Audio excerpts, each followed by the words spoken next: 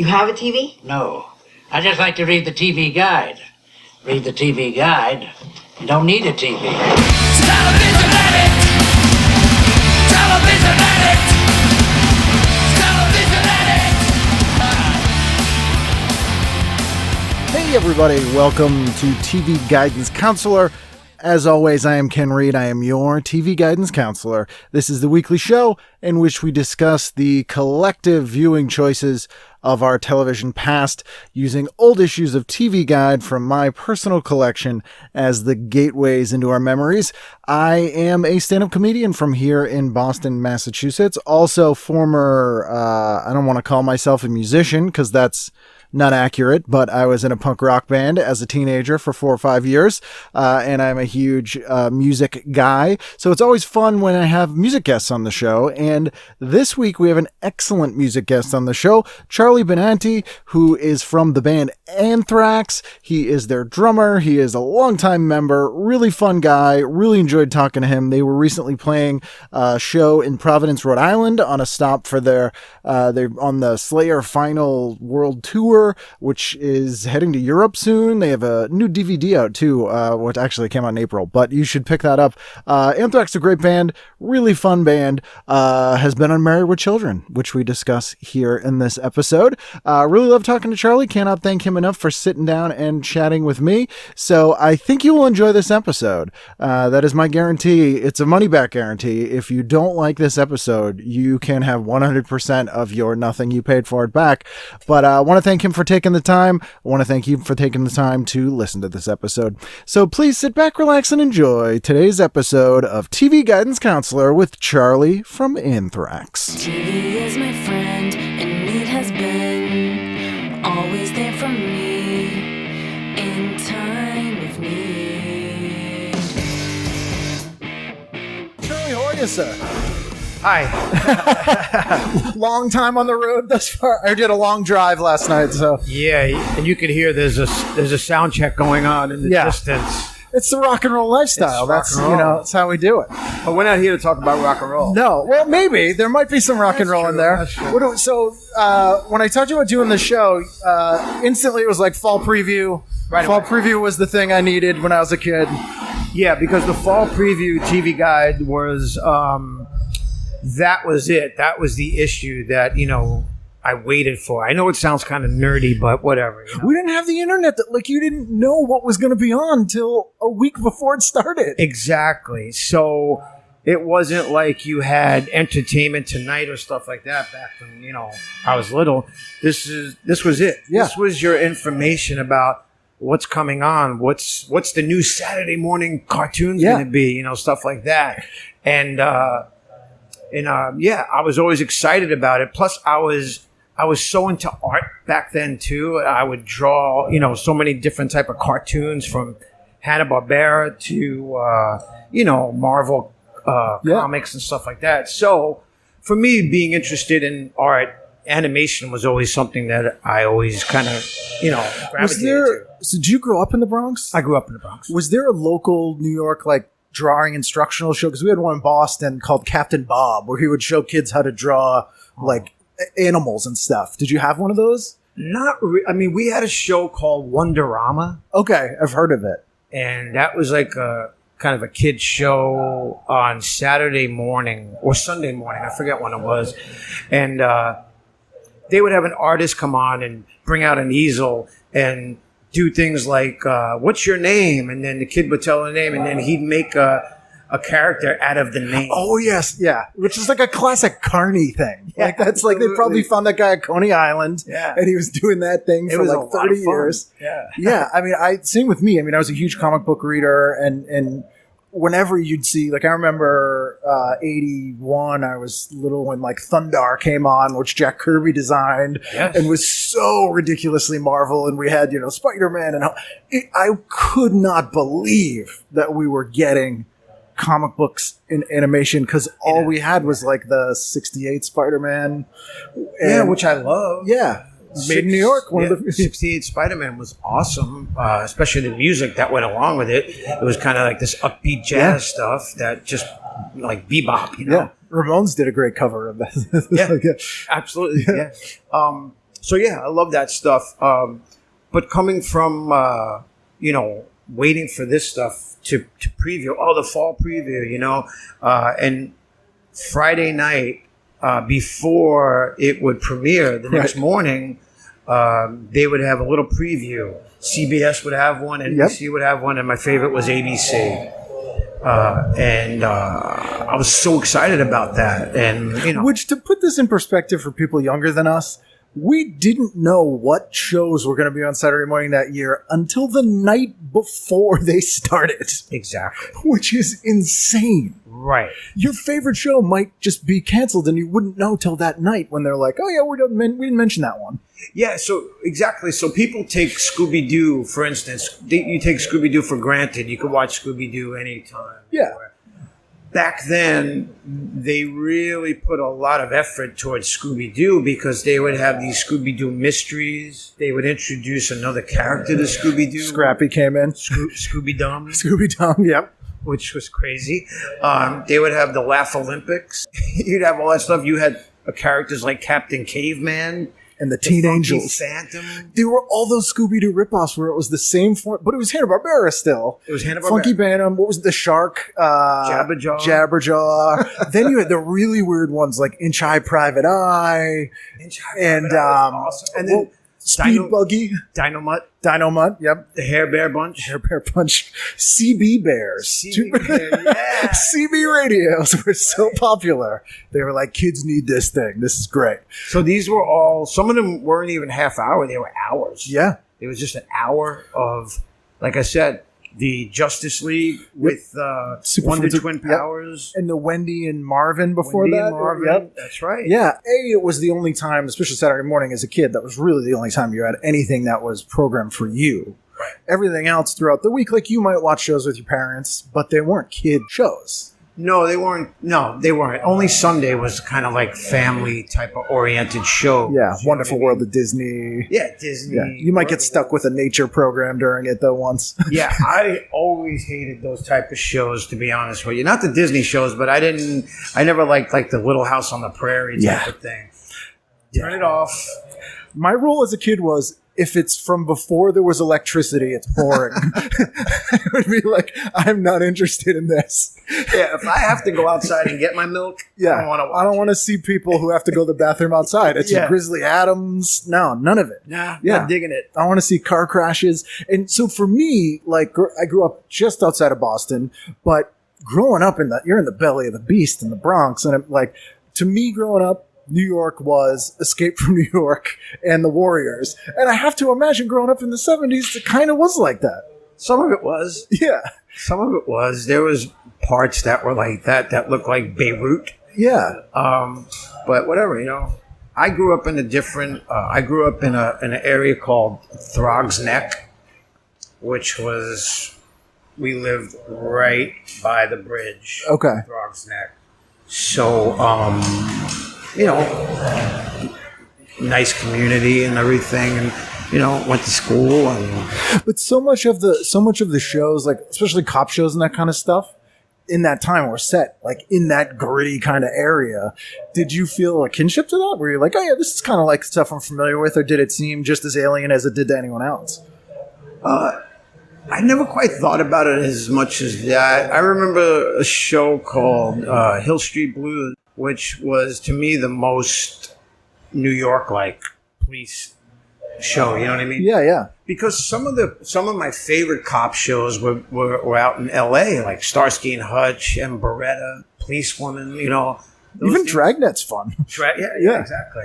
But the New York gritty type of shows, I think after Hill Street Blues, that's when it started to take shape. Yeah, you get that NYPD Blue is like the cult of it. Yeah. But see, like Barney Miller is one of my favorite shows of all time. And to me, that show is quintessentially New York, even though they never go outside. They never go outside. It takes place right there. One room, and that's it. But when I think of New York in a non-Warriors, non-Escape from New York kind of way, I'm like, oh yeah, it's got to be like Barney Miller, which was not like my experience growing up. Right. But certain sitcoms kind of hit the mark. Like All in the Family was definitely Queens. That's Queens, man. Good Times. That was one of my favorite shows growing up. Obviously in Boston, we didn't have a lot of black people that you interacted with on a regular basis. So seeing shows like Good Times or even the Jeffersons and stuff, and seeing that sort of blue collar struggle is what, growing up in the same world I was, Sure. but you just wouldn't know. And you got to experience that through a sitcom, which was amazing. Absolutely. There was so many different shows like that. Like I said, Good Times was one of my favorite. And there was a show called What's Happening. And Hey, Raj. one of my favorite episodes was when Rerun got busted for bootlegging a Doobie Brothers show. Yeah, I remember that when he had the big recorder in his jacket. Fucking classic. Yeah. I loved it. Yeah. It was so cheesy, but that and Welcome Back, Kotter was another one. That was very New York to me. Yeah, Although New York. I didn't know if that was accurately New. Like, even as a kid, I was like, this seems a little cartoonish. Yeah. I don't know. I think it was. Yeah. I think when it first came on, it was more New York, and then it evolved into like something else. It became like most shows. A couple of theories I have is if a show goes on for more than 3 seasons, it gets really weird because they run out of stuff. Yeah. And or it gets really kid oriented. Like they dumb it down to dumb it, kids. And not that Welcome Back, Kotter was like super highbrow, but the later seasons, it's like full on. We're just broadcasting to 4-year-olds. Yeah. And the problem with that show, of course, was when Travolta became mega. Yeah. And he wasn't doing the show that much. Yeah. He would make an appearance, You could tell he didn't want to be there. And he wasn't Vinnie Barbarino anymore. Yeah. You Touch had my all head. that stuff. It's like those shows when they have to introduce another child to the mix. Yep. And like Happy Days, of course, was the show that jumped the shark. Where Literally. the phrase came from. And that was when Happy Days kind of... Yep. Yeah. Oh, well, they stopped filming it on film, and all of a sudden it was like a 3-camera video show. You're like, what the hell is happening? Yeah. They kind of stopped pretending it was the 50s after a while. They were just like, no one cares. Laverne and Shirley did the same thing. But it was... I guess what happened with that show was the same thing that happened to The Odd Couple. The first seasons were on film. The second and third, all of a sudden, it was like a 3-camera shoot. It became live television, which of course helped the show, but it took away that softness to And like a cinematic, like you're watching a movie kind of thing, which, like Newhart, which is one of my all-time favorite shows. Which one? The Vermont one. The 80s one. I love the 70s one too, but the Vermont one is like everything to me. That first season they shot on tape, and it looks wrong. Like it's like seeing a demo tape of a TV wrong. show. Yeah, you're like, well, this needs some work. But still, all the elements are there, but just doesn't. It's not what you think it should be. I get that too. Yeah, I know what you mean. Did you have a big family growing up, or were there? Yeah, I had a big family. I had 4 older sisters. I was the youngest. So did you have to watch just whatever they wanted to watch? I watched what they wanted to watch, which some of it was cool. Some of it was like, I'm not watching it. I don't want to watch Donnie and Marie. I'm sorry. Yeah, exactly. And then once I was old enough, like they didn't want to watch Saturday morning cartoons. Yeah. And I remember my mom said, I was like, make sure you wake me up early. I want to watch every single thing. And this is, of course, before DVR. So you couldn't watch what was on CBS because you were watching what was on ABC. Unless you had 2 TVs. Unless you had 2 TVs. Which I did do as a kid at one point. Well, then the VCR came out. So you were able to do that. But that was still, I mean, for people who had VCRs, you were like a high roller till like the mid 80s probably.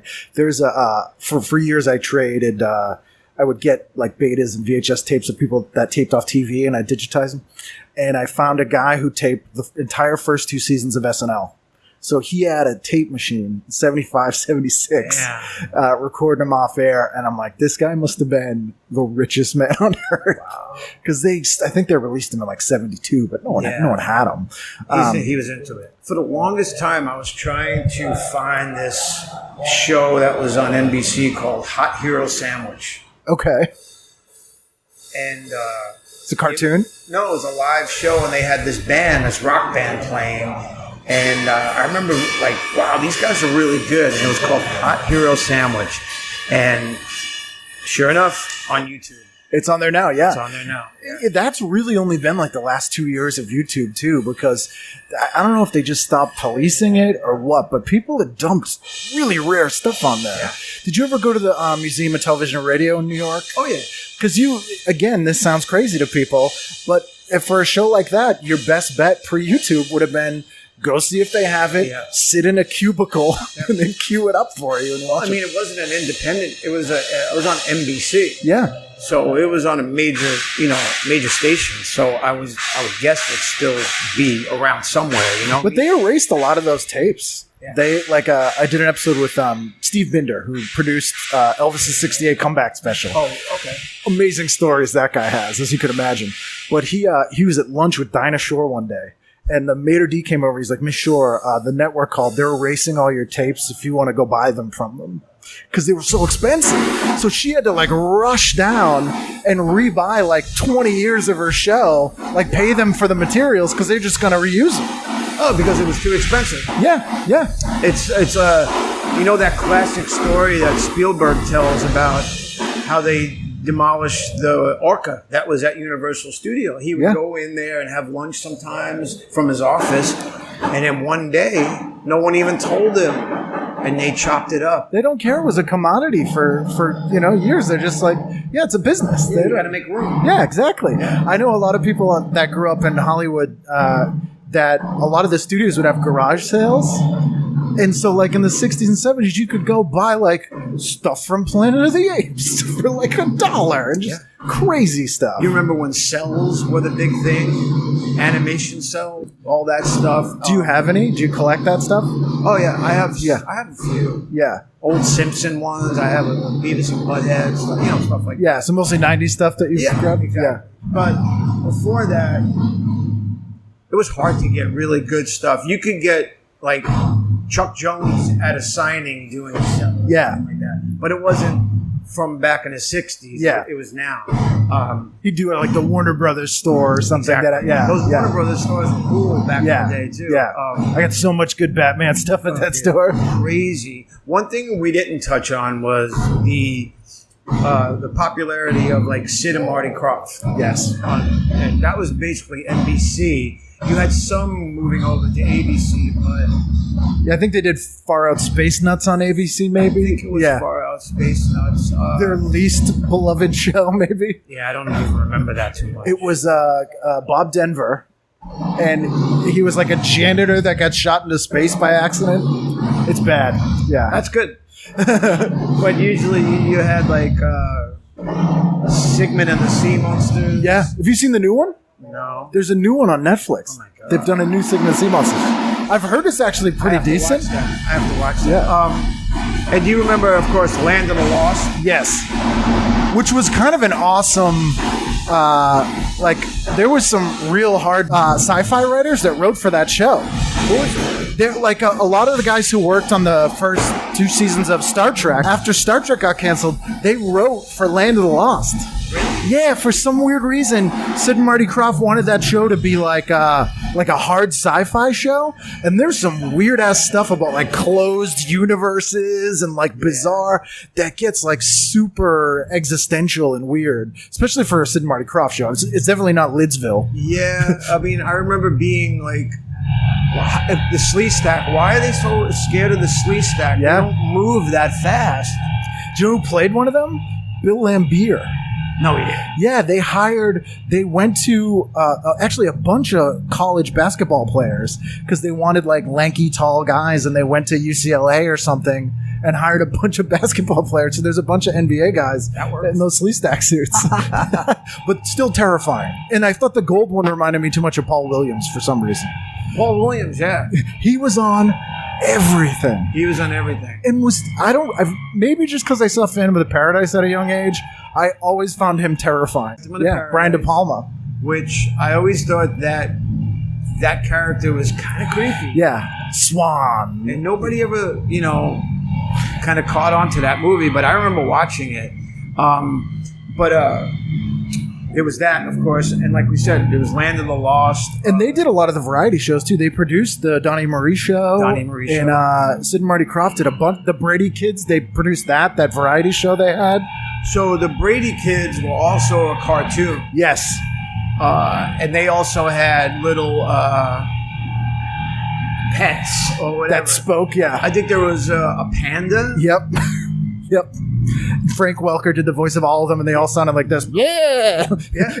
Frank Welker did everything, basically. Highest paid man in showbiz. Dude, he's the greatest. I mean, let's face it, you had the kings of all those voice was like, you know, Mel Blanc, Paul Frees, Frank Welker, Yep. like we said, Yep. Dawes Butler, he was Yogi Bear, most people know him as, Yeah, he was Hanna Barbera. Yep, George Jessel, who I think was George Jetson. Yeah, exactly. All those people, they were all credited. Because I would always pay attention to the credits. That's what I was going to say. You sound like like a kid like me, which sorry to lump you in my group, who would maybe have a notepad and you'd be like, oh, now I know who did this, or who drew this, or who wrote this, or who did the voices, and nobody, because you couldn't look that up. You could maybe go to the library. Where would you look it up? Yeah, you had to just know it. The only way you could possibly find out any of this stuff was to go to a bookstore back in the day and find a book about Hanna Barbera, because they did exist. Disney books exist, but I remember it was this one animator, Awayo. Byworks?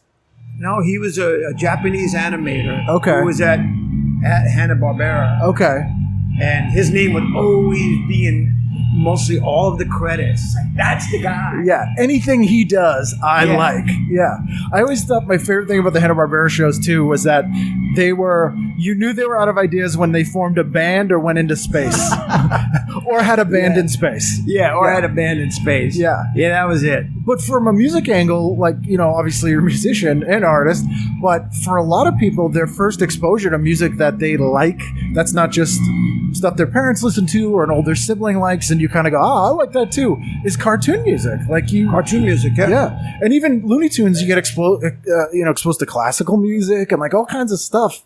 Well, you just wouldn't. Carl Stalling was the guy who created all this music that you would hear in these cartoons for Warner Brothers, basically. That team back in the day was the greatest.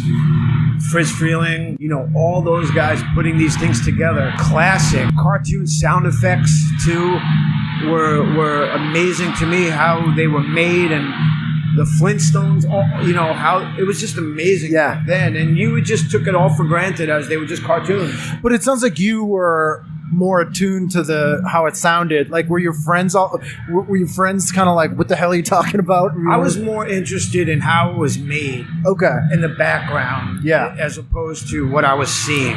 Like, I watched the episode, but I wanted to know things about it. You know? Like, do they write the score after seeing it, or is the score done and then it's applied to right things like that?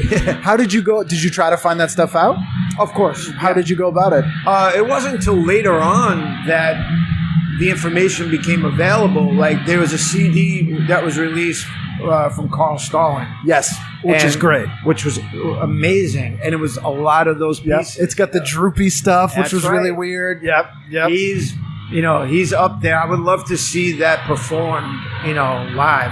I saw John Williams about 3 months ago doing the whole A Night with John Williams and movie stuff. Yep. I've seen that 3 times now. Because you're a huge Jaws guy, right? Huge. Yeah. But I also like everything else that he does. And it's funny, I was having this discussion the other night with someone about John Williams, and we were discussing where they all came from, composers and stuff. There is a direct lineage between him coming from Stravinsky. Mm-hmm. If you listen to a lot of that old Stravinsky stuff, well, it's not going to be new Stravinsky stuff. It's gonna be old stuff. I hate his new stuff. It's too he's always playing it. You'll hear it. That sort of goes to a thing that I always talk about on the show with the generation you grew up in, which I'm at the tail end of, was the first generation who grew up watching television and then started making art. So you grew up on the music of television and started making music, whereas the guys like John Williams and those guys had lives before radio and television even was a job you could have. Exactly. So they had this classical background, or worked in advertising, or were in the war, or like these weird life experiences that they brought to this stuff that we watched. Absolutely. That we kind of miss now. And the other thing that we didn't touch on was in between these cartoons, there would be 12 to 13 commercials about new toys that were about to hit. You know?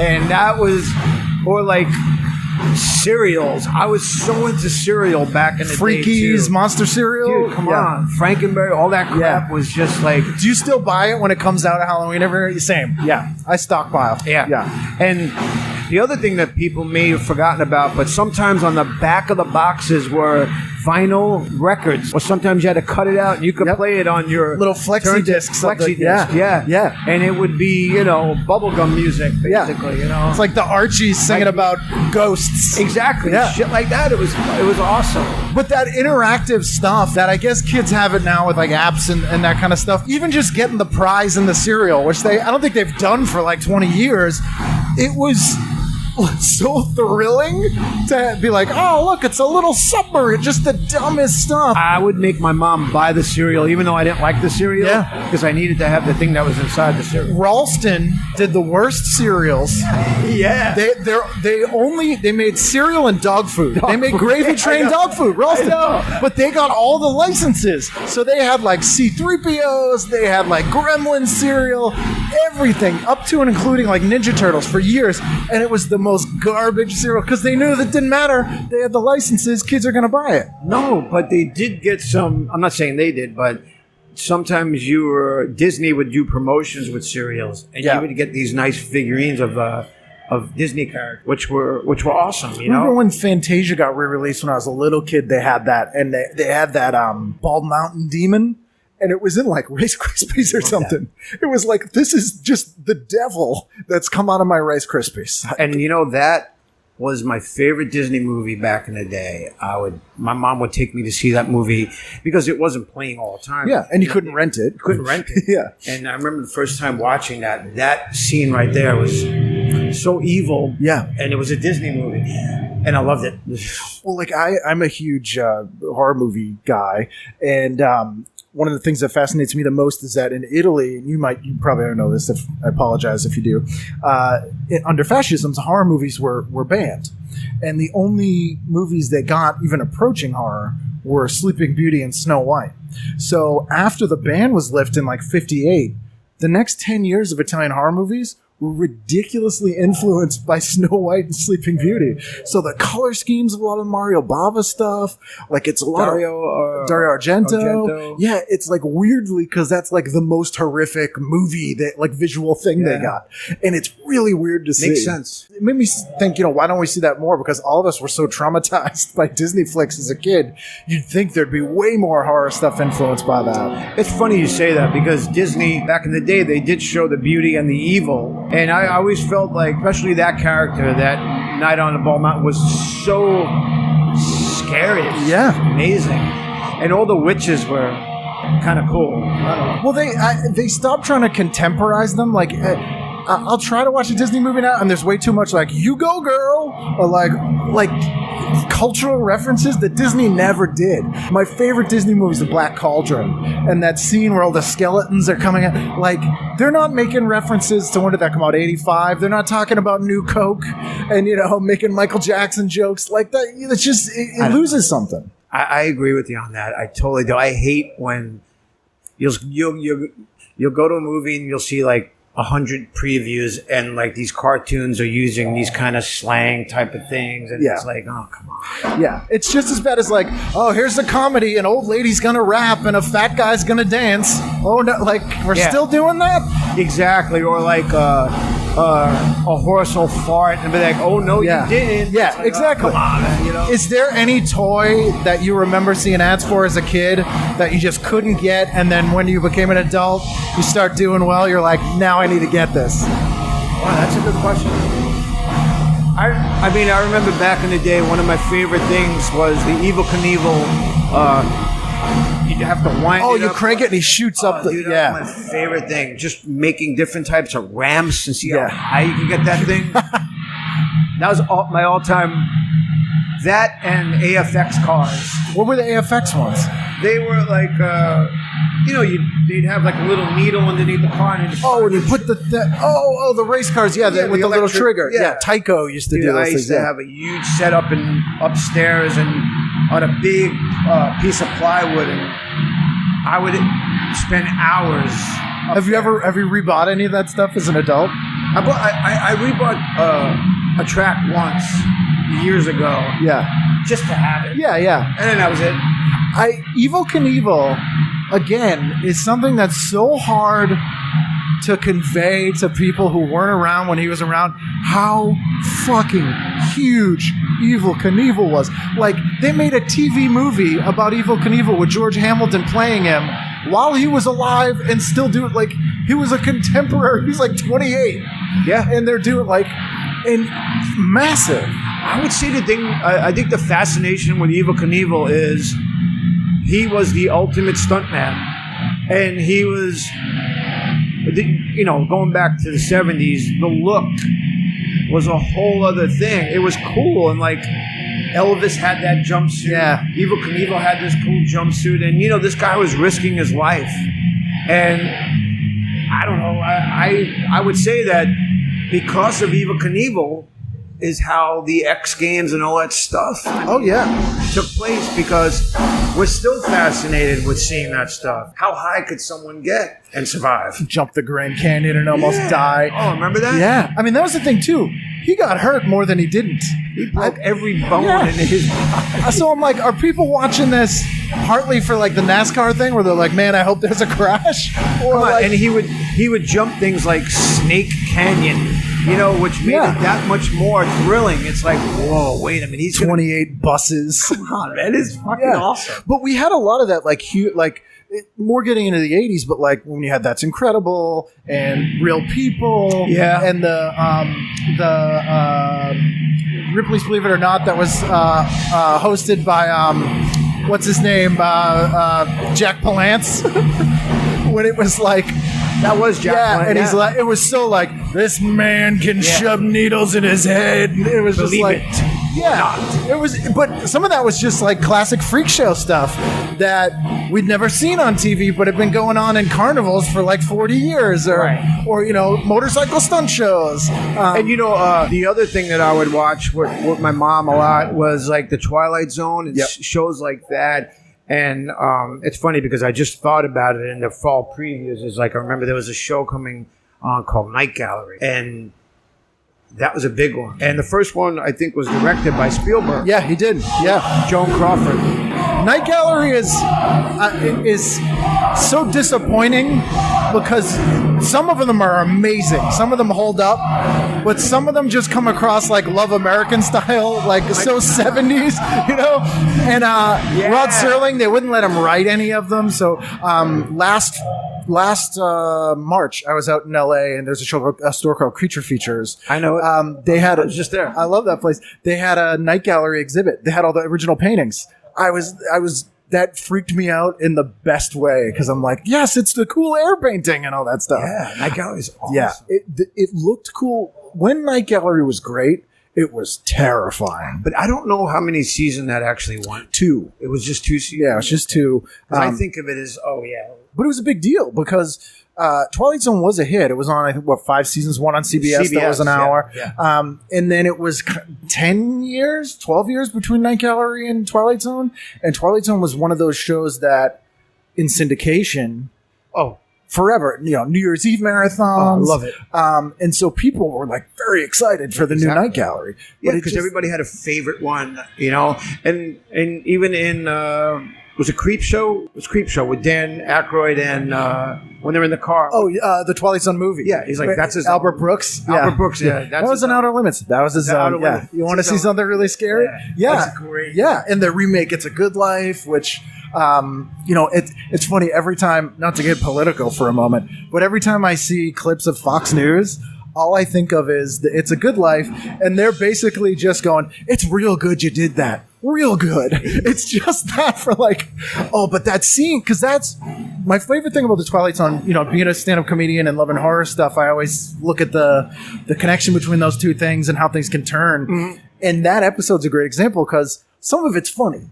Because it's so ridiculous how much they're all kissing up to this kid. Mm-hmm. And then that scene where that guy is like, I have his attention. Somebody kill him. Like somebody. Mm-hmm. And they're all just looking and he turns him into that Jack in the Box. That's so disturbing. Yeah, it is. That stuff sticks with you forever. And a lot of the Twilight Zone stuff back in the day, they didn't have the best visuals. So it was like that Jaws thing, left to your imagination, and it was so well written. You had to make up for it by making a good acting and good writing. I always say too that I think Twilight Zone made us all better people. Because you pick up the allegory of it, even if you don't know it. You know? You're right. You're right. And it's a good way. It's not heavy. Some of it's a little heavy-handed, but it's not like you're going to learn. It's not David and Goliath. You know, it's the one thing that bothers me about today's things, as opposed to yesterday's things, is that back in the day, shows like that, not everybody was a fan. Nowadays, I feel like, everybody is into this. Everybody, it's like, but you're really not. Yeah. It's a small niche, though. Like, I always say, like, the most watched show on television today, from just a pure number of people watching it, wouldn't have even have cracked the top 100 in the mid-'80s. Yeah. So everything's niche. Even the most popular mainstream show is still niche. And so it's too much now. Yeah, there's too much because I'm still catching up on stuff because you can watch everything from ever. I have 3 episodes left of The Handmaid's Tale to watch, and I haven't finished it. I'm going to probably do it tonight. But that, to me, is probably one of the most scariest shows on television right now. It's not even on television. I love the first season of American Horror Story. I felt after the first season, it just crashed. They finished it, and then there was... Yeah. Is there anything else... Is there anything you've revisited from childhood that either stood up? Do you thought it stood up? I just watched it again and happened to go a little deeper into it again and discovered that the last photo of Jack Torrance, when you see the close-up of him, the way his hands are pointing. Did you ever get that? I'm going to show you something that's going to probably freak you out for a minute, and you're going to be like, oh, I never even put that together, and I got to find it. Because I love that movie, and I always say it's a terrible Stephen King adaptation and a great Stanley Kubrick movie.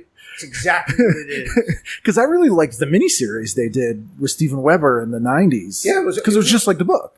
But I would say what you just said about that movie is exactly what I felt about it, even back in the day. But here's the photo. Oh, that's crazy. He's doing, for the listener, he's doing the Baphomet sort of hand signal from that famous wood cutting. Exactly. Which is very clever. It's like the devil's... I don't even know what the... So their hands are pointing at... Like one's up and sort of it the would probably be horns. 4 o'clock and maybe 11. Yeah. And Jack Torrance is... That's exactly how his hands are pointing. He's batshit crazy from the first frame he shows up in that movie, which is a whole different thing from the book where I'm like, oh, this is a good man who's been corrupted by a bad place. And it's different, but it totally still works for me. Is there anything you've watched that you loved as a kid and you've rewatched as an adult and you're like, this is just terrible? That's funny you say that. I used to love sitcoms a lot, and I used to always... Tuesday nights were always great, and Thursday nights were great. Tuesday were the Gary Marshall shows? The Gary Marshall shows going into and then Three's Company and stuff like that. Which I always felt like I was going to get in trouble for watching. I loved a little bit dirty. It was just boobs and just, falling over and boobs. Yeah. And then, of course, you had the Battle of the Network Stars. Yes. Which I recently found on some channel. Yeah. And I was watching and I'm like, this is fucking cheesy.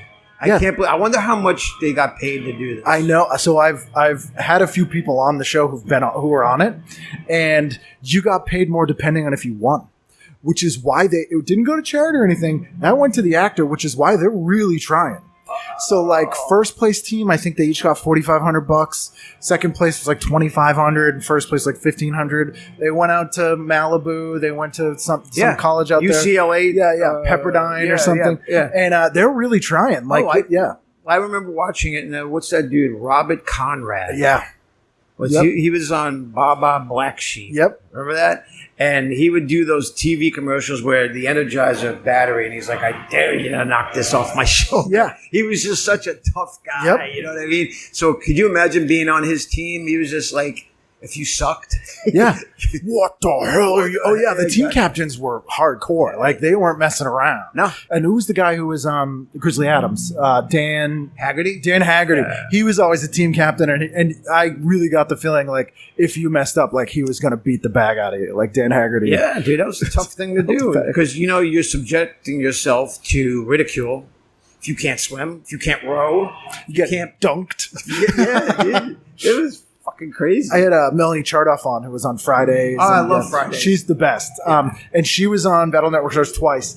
And Tom Selleck was like really giving her shit. And she dunked him like 4 times in a row. Awesome. And it's on YouTube. He gets pissed because he's all like, come on, lady. And she's like, boom, boom, like boom, boom. And he's really mad. That's awesome. And Tom Selleck was always that guy in the 80s that he was just this American, all the women loved him, even with that mustache. And then he was on Friends. Yeah. Doing comedy. And he was awesome. Yeah. And it's like, wow. Oh, he's an actor. Yeah. Yeah. Which leads me to my next thing, which is the greatest gift has been Nick at Night. Because people who never saw a lot of shows get to watch them.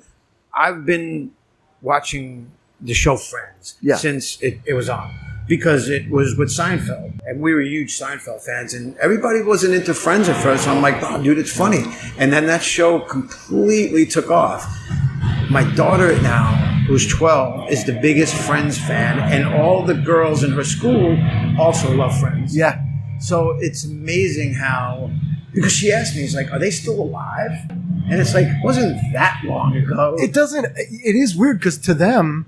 I guess we're talking 25 years ago. Yeah. So that would have been like Bewitched or something for us, Right. or like My Mother the Car or something, or the Munsters, Are those people Munsters still are the alive? greatest, yeah. Yeah, we were Munsters or an Addams Family. You had to be one or the other. feel I like. was more Munsters, but I did like certain things about the Addams Family. I thought the Addams Family was a little more twisted. The Addams Family was a funnier show to me because they don't give a shit. They have FU money. They're like, yeah, we're weird. It's great. Yeah. And the Munsters just look like Monsters, but as a regular sitcom. Munsters looked cooler as a kid, but it seemed like millions of years ago, and it was only 25 years. It actually was. The Munsters was one of those shows that, for me, was the best of both because it was funny, but yet they were monsters. One of my favorite episodes is this episode that Eddie is a huge Zombo fan. Do you know that episode? Yes, yeah. It's one of my greatest things in television because he kind of exposes him. He's just a guy, and he wants to be so much like Zombo. And Herman is so jealous of this Zombo character. And at the end of the day... It teaches you as a kid like a lesson about hero worship and fame. Absolutely. That even if you don't know that's what you're learning. Dude, it's greatest. And I think Louis Nye played Zombo. Yeah. Who's awesome. Were you watching? Was Zachary still around when you were growing up? Oh, He yeah, did the yeah, horror yeah. host stuff Oh, in yeah, New York? yeah, Yeah, see, because we didn't really have a horror host in Boston. It was like... In Chicago, they had a guy, Svengoolie. Yeah. Which is the same thing. Yeah, son of Sven Gully's still on. Yeah. MeTV. Yeah, he was the reincarnation of, I think, Svengoolie. Yeah. Paul Thomas Anderson's father was Ghoulardi in Cleveland. Really? Ernie Anderson. He's also the guy who was the voice of ABC forever. So the guy was like, tonight on the Love Boat. That's Paul Thomas Anderson's dad. I didn't know that. Yeah, and he was Ghoulardi, and it's such a weird, small... And he was a radio guy who worked with Tim Conway before that. Wow. They were in radio together in like the 50s. That's killer, man. So it's these guys that have this weird career. And you know what else was big in when I was growing up? And I never watched them because I would always think that I was getting whatever was being diagnosed on the TV. Medical Center. Oh, yeah. And Marcus Welby, MD. And I would always go to my mom. This hurts right here. Yeah. I think I have an impacted clavicle. Yeah. Yeah. I need a colostomy bag. Yeah. Can I have one? Just in case I need it. But then you guys were on Married with Children. Was that the first time you were on a sitcom set? Yeah. Had you ever been to a taping or anything like that before? I was at a taping of a few shows. I went to a taping of Seinfeld. Oh, cool. A taping of Friends. A taping of what was the other show I went to? We were doing a video in New York, in this studio called Kaufman Astoria. Oh, yeah. And that's where they did the Cosby Show. Yeah. So we went on the set and actually watched the rehearsal. That's where the Museum of the Moving Image is now. Yeah, in Astoria, Queens. And but doing the Married with Children show, that was a week of nothing but fun. Yeah. It was the greatest experience I've had being in the band. One of the greatest experiences I've ever had being in the band. And it's funny because the first day we went in there, we went to a room where you do a table reading. Yep. Right next door to us, they were doing Who's the Boss. And when we took a break, all those guys were out there too, like Tony Danza and everybody. And we were cracking up, man. Yeah. Like, this is great. And other shows were being... Was that a Paramount or Sunset Gower maybe? That's where it was. Yeah, Sunset Gower. That's I think. exactly Yeah, where they it were was. doing Belvedere and yeah, it was everything in that studio. Yeah. So you do a read through of everything, and then the second day you come back and you do it again. The third day, you do it all on the set, but they rewrite it. You do it again. And the Thursday, you're going to do the actual run through where camera blocking and everything, and then on Friday you do 2 shows. Yeah. You do the not an afternoon, but like an earlier show, and then you do another show. In between those 2 shows, they rewrote a bunch of jokes, and some of them for us, and we had to do it again. And most of the last show is what they chose. Were the other guys as into sitcoms and that kind of stuff growing up as you were? I think some of them were, but Yeah. I mean, for me, I was. Yeah, you're like, I get it. And did you watch the show? Oh yeah. Yeah, so you're like, I'm sitting behind the couch here. And the greatest thing too, after the show, they have a party, and it was at this restaurant called Columbia. I forget.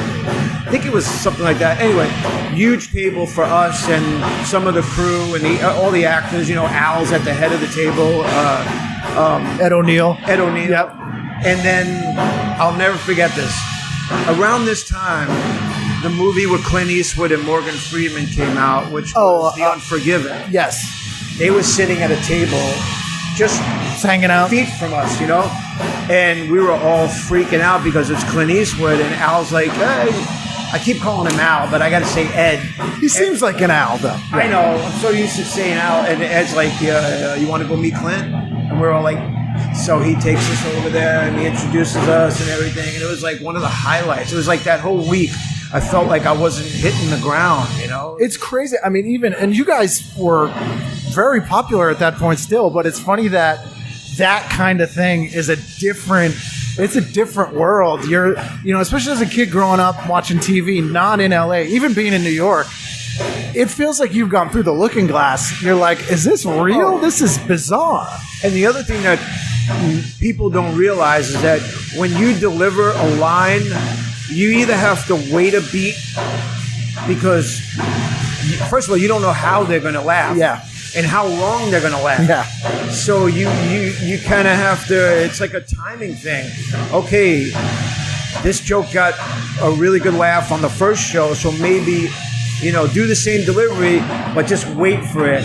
Don't jump on his line. Let the laugh go. Which is a unique, especially as a drummer, probably is a really weird timing thing because it's unnatural timing. It's unnatural. And it's unpredictable timing, which is like the antithesis of timing. Right. Yeah. But you don't, most people don't understand how Ed, who plays Al, he can deliver a line one way, and then the next time he delivers it just changes one thing about it, and bam, it's just like, that's it. The words are the same, but it gets a laugh in one way and doesn't the other. Yeah. It's like, it's so much of the character that he's come to, know, and it's him, it's pretty amazing. And like the way him and Peg. Yeah, Katie Segal.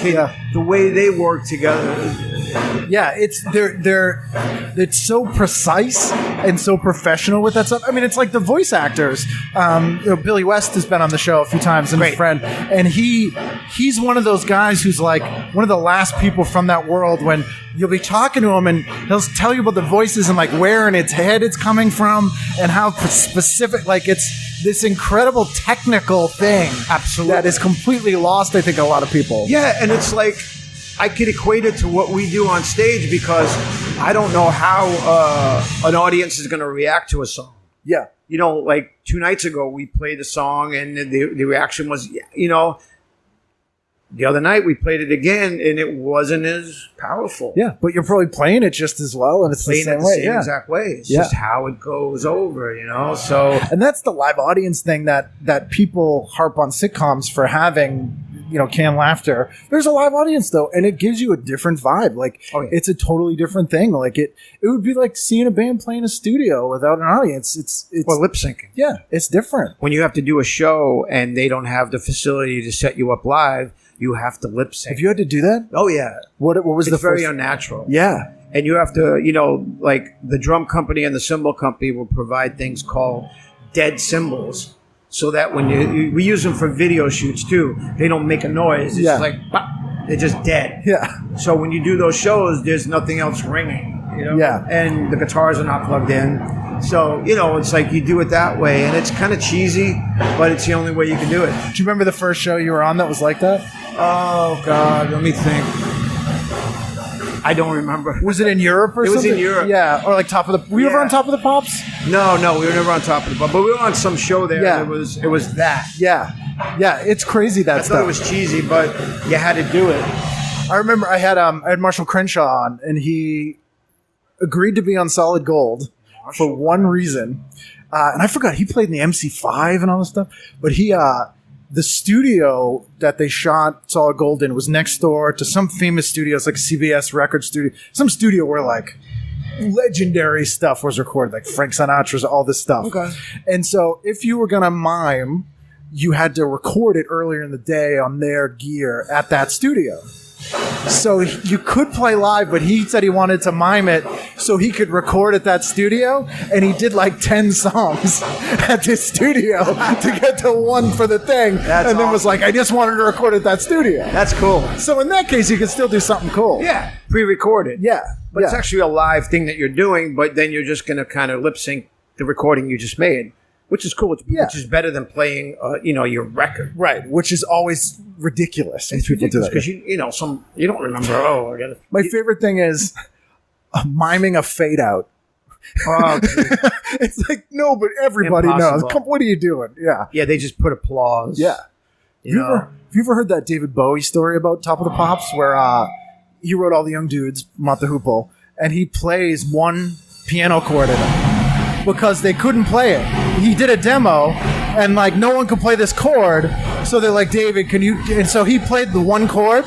There's a union rule in the UK that everyone who played on the record has to play on Top of the Pops. So when Mott the Hoople's on, David Bowie's on stage playing one chord. And it's the footage on YouTube. It's amazing. It's just David Bowie. Yep. I have to watch that. Yeah, it's great.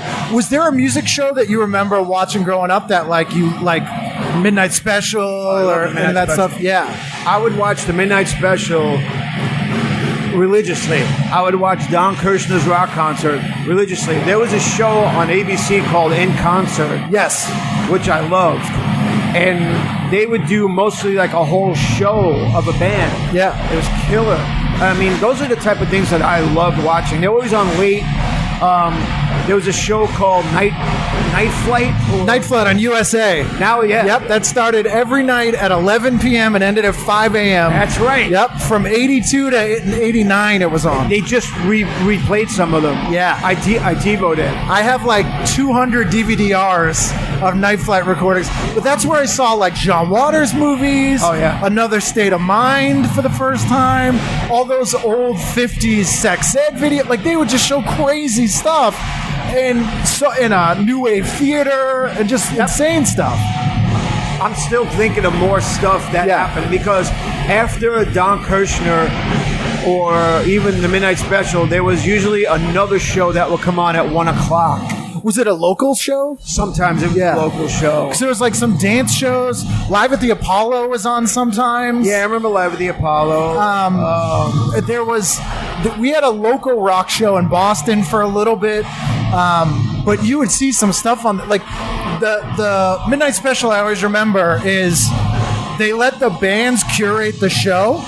So on the one the Cars did, they had Suicide on. Oh. they had Martin Rev and the band Suicide playing on the ABC, and it was crazy. I don't remember that. Right? And you would never get that now, or like when Fear played on SNL, That's or great. like you couldn't have those. It would have to be on purpose now. Like it'd have to be kind of staged. Or like, I like when television becomes the victim, like The Doors. Yeah. Doing that on the Ed Sullivan Show, Yeah. or Elvis Costello changing it up on SNL. Yeah. That's a big fucking move right there. Yeah, Doing on a live show too. On a live and show. it's not. Something's Dude, up. that's ballsy. Yeah. To change it up just like that. Yeah. I was like, wow, that's... But I mean, seeing bands like Devo on Fridays, or like, I remember just being like, this is insane. Oh, dude, I remember The Clash for the first time on Fridays. Yeah. Fucking awesome. Yeah. I mean, you have to understand too, people that you couldn't just go online and look at a video. You couldn't just do that. They didn't exist. So when these shows had these bands that you'd never seen before, it was wow, that was magic. And a lot of those bands were just this kind of new wave culture was coming in, and it was being transmitted, into our living rooms, and it looked different. It sounded different. Absolutely. Kenny Everett was another one. Yes, that Kenny we would Everett's get. video show. That was a 1:00 show. Yeah. And you got to see like Motorhead and the Pretenders and Thin Lizzy. Yeah. It was like, wow. Or like The Young Ones is the show I always Young mention. Ones, yeah. Because I was 5 years old. It was on MTV like 11:30 at night, and I saw The Damned. Yeah. And I was like, I don't know what the hell this is, but it's everything I love. I know that. Like there's a vampire playing punk rock, and this is everything now. And and I'm going to take it back to the TV guy. Yeah. But I remember Kiss Meets the Phantom was Yes. going to be on, and I remember getting the week Yep. before the TV guide from the prior week, and there were the ads. Yeah. And I was like, yes. I was so excited about this that it was a big thing. Yeah. For Kiss fans especially. And I remember watching the movie, and I didn't watch it with anybody, any of my friends. I just wanted to watch it by myself. And I remember kind of coming away from it going, yeah, I don't know. It didn't really live up to the hype. I don't know if I like this too much. Yeah. And I think, God, I hate to say this, but I think I matured. I don't think you're alone here. Yeah. I think that was when I felt Kiss had jumped the shark. Yeah. And I say it to this day that Kiss 73 to 78 still means more to me, but I think that movie just went a bit too far. Because there's cooler TV, like they did the Paul Lynde Halloween special. Greatest. It's great. Even when they play on the Linda Carter special, they're playing I Was Made for Love, and he was like a disco song. That was it's still later really on. Cool though. Like, but the other show that they were on, they did a Don Kirshner's rock concert, and they did three promo videos. It was I Want You, Hard Luck Woman, and Love 'Em Leave 'Em. Yeah. I'll never forget that, dude. The next day, me and all my friends regrouped, and we were like, did you see that last night? That was the greatest fucking thing. Yeah. But it's funny because after the Kiss Meets the Phantom movie, I remember me and my friends were just kind of silent. Yeah. No one mentioned it. Just pretend it didn't happen. I don't know if that was cool. Yeah. But it's so I think you gotta I may have to get up there. wrap it. Yeah. So we can wrap up. But is there anyone that you met later in life that you used to watch growing up that you were completely starstruck by? I mean, probably Clint Eastwood, but like anyone on Clint TV? Eastwood was a big one. I'm always starstruck I remember I was in Vegas. We had just played Vegas, and I was in the casino afterwards just playing, and I saw Jack Klugman. Yeah. And I love Quincy, Jack man. Klugman. It's Quincy. It's Oscar Madison. Yeah. He was on the Twilight Zone with hair. Yep. It's the Game of Pool episode? That's, Is it? Yep. yeah. And I remember going over to him, and he couldn't talk. Yeah. He just had like a tracheotomy, and he talked like this. And I remember going over to him and just saying, I love you, dude. You're like my favorite, Oscar Madison. And he's like, oh, he was so happy. Like, and so that's one of the people from back in the day that that you watched when you were growing up. That there's still more that I just can't. Yeah, but they're just standing in front of you, and you're like, I can't Lonnie believe it. Anderson was on a show one time, and it was like, that's Lonnie Anderson. Yeah, that's Lonnie Anderson. Do you have a favorite TV theme song?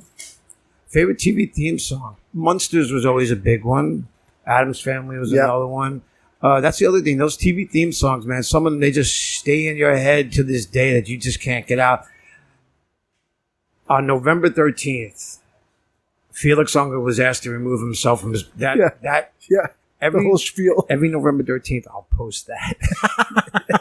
It's stuff that you're like, I couldn't get this out of my head if I tried. No, it's like the McDonald's Big Mac thing. 2 all-beef patties. Special sauce, lettuce, cheese, yeah. It's like I'm learning, the Pledge of Allegiance or something. We could have all been doctors. Think of all that brain space. That I know. But we always joke about this. When I met Scott and his friends, they would always do these little things. They would say, "You are Moik, M-O-I-K." And what the fuck is that? He's like, "You're a man of insignificant knowledge." We all have this. Yeah. Completely useless. Yep. But it binds us all together. But nowadays, I don't see it as being useless. Yeah, it's that shared experience, and like I'll end on a downer here. But I asked a friend of mine, I was like, well, a little bit. But I was like, even if people we've never met or you've seen all the same shows, you can go, hey man, the young ones. You're like, yeah, and you have that in common. You're kind of going to be friends if you all saw this movie. Absolutely. And now stuff's so niche. I asked my friend, I was like, what do kids have now? And they go, natural disasters.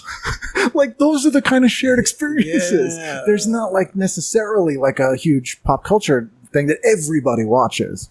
I think we would just on the bus and Nick Jr. was on, and I'm like, that's not on in our house anymore. Yeah, that stopped like years ago. Yeah, it's like wow, because kids I think are growing up too fast. Yeah, it's and they can watch whatever they want on their closet on their phone. Or YouTube. Yeah. For free. Yeah. So it's hard. Yeah. Well, thank you so much for doing this. It's been great talking to you. I appreciate it. Thanks.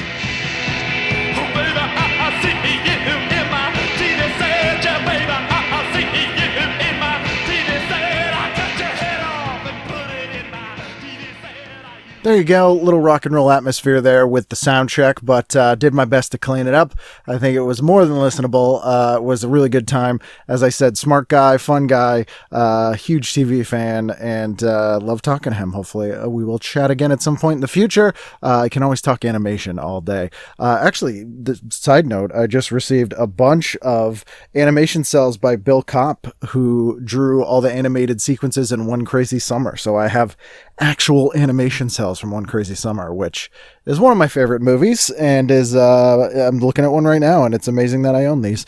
Anyway, if you'd like to email me, you can do so at ken@icanread.com, which is my stand-up comedy page, where you can see all our live shows, including our upcoming live edition of this show at Laugh Boston. You can also email me at tvguidancecounselor@gmail.com if you'd rather do that. At icanread.com, you can also buy TV Guidance Counselor merchandise. We'll have some new stuff up there soon, so be on the lookout for that. You can also go to our social media pages. Just search TV Guidance Counselor on Facebook, or we are at TV Guidance on Twitter and on Instagram, and I am at Kenneth W. Reed. And if you'd like to give to the Patreon, you are more than welcome to. Patreon.com/TV Guidance Counselor. Thank you to all of you who've given to that. That is such a huge help for the show. I'll be heading out to LA again in the fall, and your contributions are a big factor in what allows me to do that. So we have brand new episodes each and every Wednesday, although I've been releasing them a little early lately, but at least each and every week. So be sure to subscribe if you like the show, rate and review the show on iTunes, on Google Play, all those places. And we'll see you again next time for a brand new edition of TV Guidance Counselor. Rerun got busted for bootlegging a Doobie Brothers show.